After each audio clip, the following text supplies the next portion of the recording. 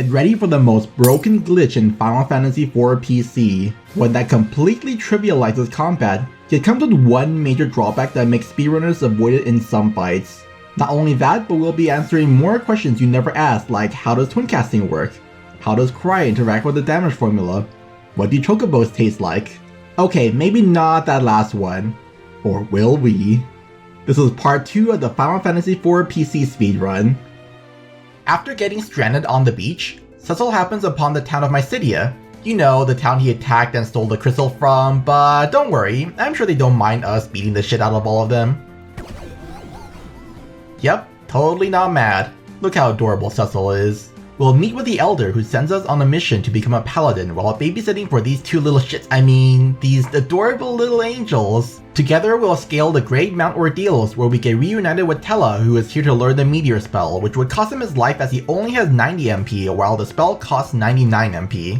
Once we're at the peak with Grandpa and the two kids, we'll give the auto potion, item lore, and counter augments to Palom and Porum to get their augments later. Now we'll encounter the first of the 4 archfiends, Scarmiglione?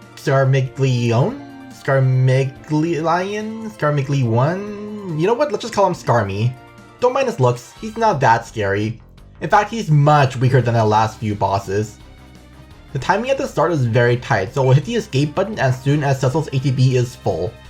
This is a small trick stolen from the SNES run called the run buffer. The can't escape text pauses ATB, so it gives us more leeway for selecting skills to outspeed bosses. Cecil will attack Scarmy in the back to trigger a counter and the twins start twincasting ASAP.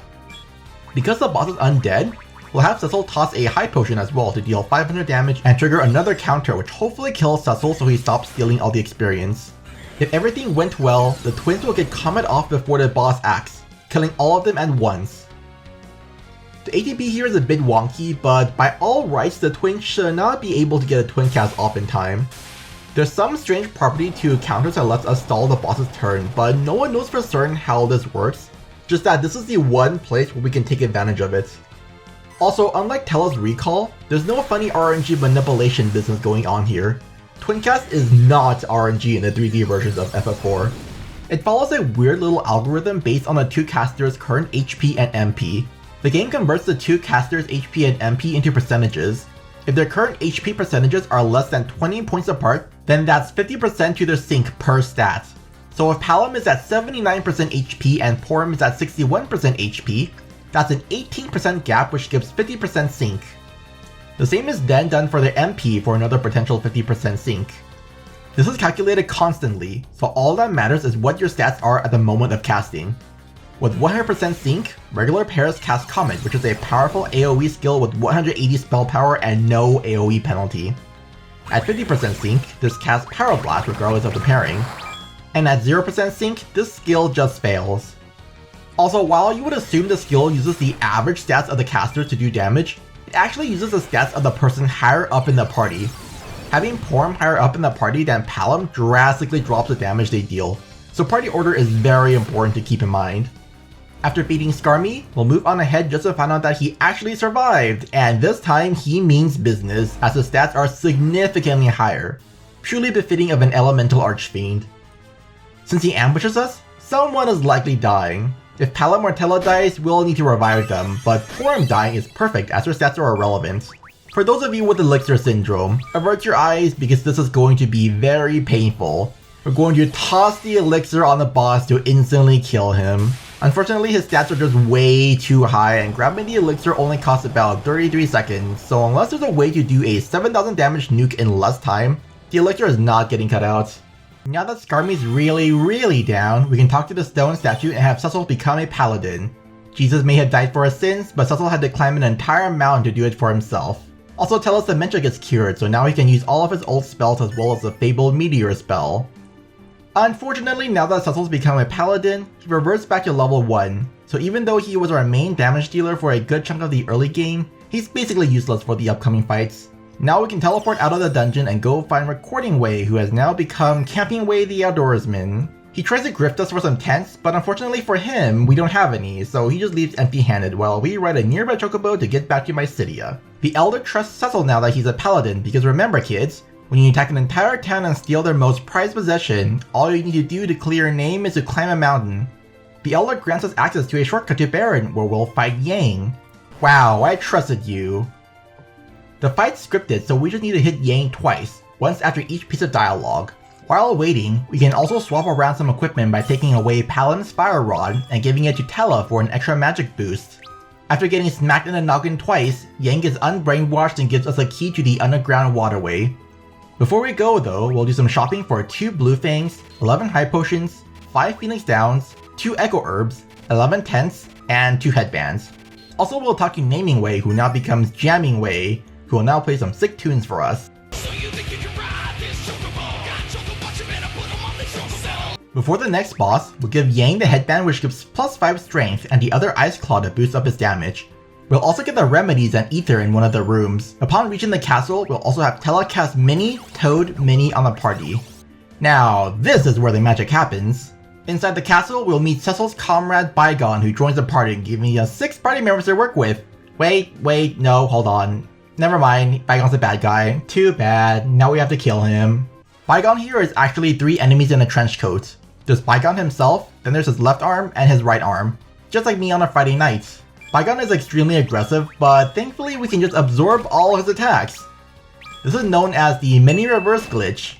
The PC version of FF4 3D is bugged and makes it so that casting Minnie on a party member outside of combat applies reverse. This status effect reverses the effects of damage and healing on the character, so we're effectively immortal in this fight. So we can safely have Tella cast Blizzaga on Bygone while the twins prepare the Twincast with no fear of interruptions.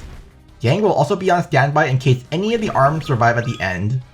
On top of the mini reverse glitch, we also have the Toad Faith glitch, which is where Toad applies Faith to the party, boosting magic damage by 15 to 20% depending on how much gets rounded. While the mini reverse glitch is absurdly overpowered, it does have its drawbacks. It reverses the effects of healing and damage, which also applies to MP restoring effects. Tella will be one of our main damage dealers, and an MP pool of only 90 is way too low on some fights. Because this is a speedrun, we care about speed more than safety, so in total, we'll only use the glitch on about half of the remaining bosses in the game. Before the throne room, we're going to Minnie and Toad the party again before we approach the king, who reveals himself to be another Archfiend in disguise this whole time. This is Cagnazzo, the Archfiend of Water, and he is the most annoying Archfiend of them all. Even though we have Reverse and Faith applied to the party, it can bypass all his annoying debuffs like Sleep and Slow, as well as his counters like Hold and Silence. While we would love to just RNG manipulate this boss to cut down on the potential for time loss, it's unfortunately not that feasible thanks to these things here. Yes, I'm talking about the candles. These stupid things ruin everything. Particle effects such as the candles in the room, as well as any status effects with particle effects like sleep, blind, etc. scramble the RNG every frame. So it's very difficult if not outright impossible to RNG manipulate, even with a turbo controller. You can make some frame perfect setups like the Octomammoth setup, which works despite darkness scrambling the RNG thanks to the way ATB updates. But the dialogue in this room with the candles needs to be matched frame perfectly, which isn't feasible. Because so much can go wrong, there's a lot that we have to keep in mind to minimize time loss. If Cagnazzo sleeps anyone important, we'll have to pop the alarm clock to wake everyone up. Cagnazzo slows the party, and that's just very unfortunate time loss we'll have to deal with, as there's no good way to remove this. If Cagnazzo silences Tella, we'll have to pop a remedy. The best actions we'll see are either sleep casts that miss the whole party, attacks, and the Surge of Water, which changes his weaknesses. This can be broken with a Thundaga cast from Tella, so it's no issue. Otherwise, he'll just be casting Blizzaga the entire time. Here's an example of what a perfect Cagnazzo fight looks like. Starting off, we'll have Porm cry to drop Cagnazzo's defenses. We'll then have Cecil pop the Spider Silk to get slow on Cagnazzo and have Palin bluff to double his damage. Yang starts focusing so he gets one big attack in instead of a bunch of smaller ones, and Tella uses Blizzaga. We'll then have the twins start twin casting and have Tella cast Thundaga since Cagnazzo is preparing for his tsunami. Cagnazzo is close to dying, so he goes into his shell to hide. This doesn't do anything as far as I know of, but at least it stops him from attacking. We'll kill off Palom and Porm with high potions so that they don't leave with any of our precious experience. Once Yang gets up to 3 stacks of focus, he'll attack Cagnazzo while not in his tsunami form. With the fake king gone, Sid joins the party and lets us use one of his fancy airships to travel the world. So now we'll be escaping and... uh-oh. We're trapped! Because there's no way out, Palom and Porm sacrifice themselves by casting Break on themselves to keep the walls in place.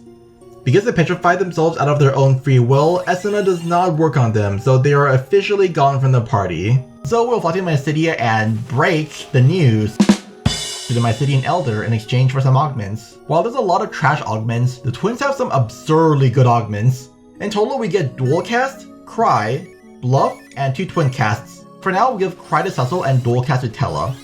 I briefly touched on Cry earlier, but Cry cuts defense and magic defense in half. Damage is calculated by dividing total damage by an enemy's level plus either their defense or magic defense and either their stamina and spirit, depending on whether an attack is physical or magical.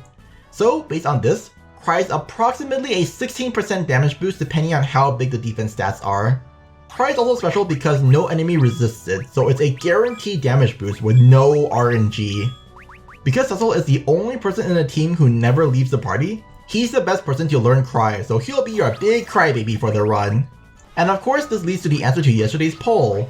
We give Dualcast to Tella, so the answer was C. Dualcast lets a person cast 2 spells in 1 turn, which is absurdly good for casters. While you'd expect this to go on someone like Rydia who's in the party much longer, we save more time by giving this to Tella despite him leaving after 2 more boss fights. We have far less options for damage this early on, and Tella's our best damage dealer, so giving him Dualcast makes a huge difference for the next 2 bosses. Meanwhile, we have more options later on, which makes it slightly less useful. So congrats to everyone who got the right answer. I ran out of cookies, so here's some KFC instead. The C doesn't stand for chicken.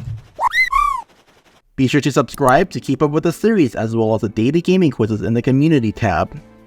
Next we'll go to Troya to see Camping Wei, who has now become Cheating Wei the 2-timer. So we had to go distract his girlfriend, the bartender, while he goes on a date with his other girlfriend. Afterwards, we'll go to the castle to find Edward, who survived the shipwreck. He'll give us a Whisper Weed and then we'll head to the Lodestone Cavern to get the crystal back. The Lodestone Cavern's gimmick is that you can't wear metallic gear or else you get permanently paralyzed with magnetism. Which is why we'll give Sid the Iron Shield so that our whole party has metallic gear on. So we'll run around and, oh no, game over! Anyways, we can reload the autosave and voila, we're back to where the encounter started. Because of the way autosaves work in this game, we get an autosave at the start of every battle, and the start of every room. And unlike in the DS version, this autosave doesn't get deleted, so we can very safely run through the dungeon by getting game overs all over the place. While a quick save reload is still faster, this is significantly faster than fleeing from combat, so we need to run significantly further before each quick save. This also makes the run significantly safer than the DS version, as we don't have any risk of losing a run to an unlucky back attack somewhere. Once we reach Dark Elf, we'll run right into him and immediately lose the battle. Edward hears that we're in trouble thanks to the Whisper Weed, so he gets his harp and plays a song to give Dark Elf a headache and remove the magnetic field so we can fight him properly. Now for the actual battle. Cecil starts with a Cry while Yang stacks on Focus and Tella nukes the boss with Faraga and Fyra. Dark Elf has a scripted sequence of actions which includes casting AoE spells on the entire party, but we'll eat these up without reverse on the party. Tella is now too important for this fight, so we need to restore his MP. While the boss is susceptible to silence, the accuracy is only about 60%, so even with Dualcast, it's not reliable enough for us. We're better off eating all the attacks than banking on RNG. Cecil will also attack the boss once to avoid a damage roll. Tella will then use Faraga and Osmos to deal damage and restore MP as well as push Dark Elf into the next phase. During Tella's animation, we want to set up Cry with Cecil and quickly attack with Yang after Cecil's Cry is fully queued. We'll then go into Tella's Dualcast menu and cabin cast Faraga plus Fyra. We need to do things in this order so that we get the Cry bonus for Yang and Tella. Also, we had to make sure we didn't stay in Yang's attack menu for too long or else Tella might get outsped. Plus, Tella needed to use Faraga and Fyra in this situation because 2 Faragas is too slow, which makes Dark Elf outspeed him.